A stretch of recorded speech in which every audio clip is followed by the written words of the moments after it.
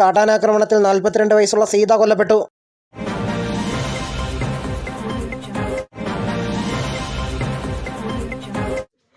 പീരുമേട്ടിൽ പ്ലാക്കത്തടം പ്രദേശത്ത് ട്രൈബൽ കോളനിയിൽ താമസിച്ചു വന്ന സീത 42 വയസ്സ് എന്ന് കാട്ടാനാക്രമണത്തിൽ കൊല്ലപ്പെട്ടു.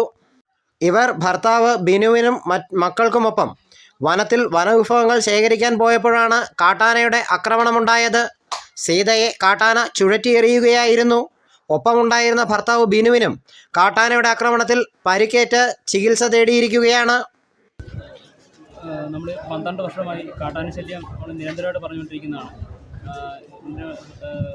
നിയമപരങ്ങളിൽ നിന്നുള്ള ഒരു തരത്തിലുള്ള നടപടികൾ ഉണ്ടായിട്ടില്ല.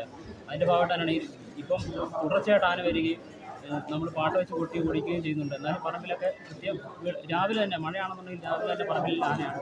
അതുപോലെ തന്നെയാണ് ഇന്ന് നമ്മുടെ ചേച്ചി കാട്ടിലേക്ക് പോയ സമയം കാട്ടിപ്പോയിട്ടാണ് സാധനങ്ങളെല്ലാം ഞാൻ ശേഖരിക്കുന്നത്. അപ്പോൾ അതിനോടൊപ്പം തന്നെ കാട്ടിലേക്ക് പോകുന്ന സമയത്ത് തന്നെ ആന വരികയും ആന ഓടിക്കുകയും അതിനോടൊപ്പം ആ ചേച്ചി ആന തട്ടി മാറ്റി വലിച്ചെറിയുകയും അത് അങ്ങനെ തന്നെ ചേച്ചി കൊല്ലപ്പെടുകയും ചെയ്തിരിക്കുകയാണ്. ആ സാഹചര്യമാണ്.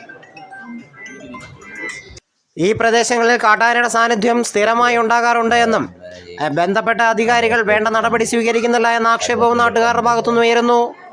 News bureau, Peermade.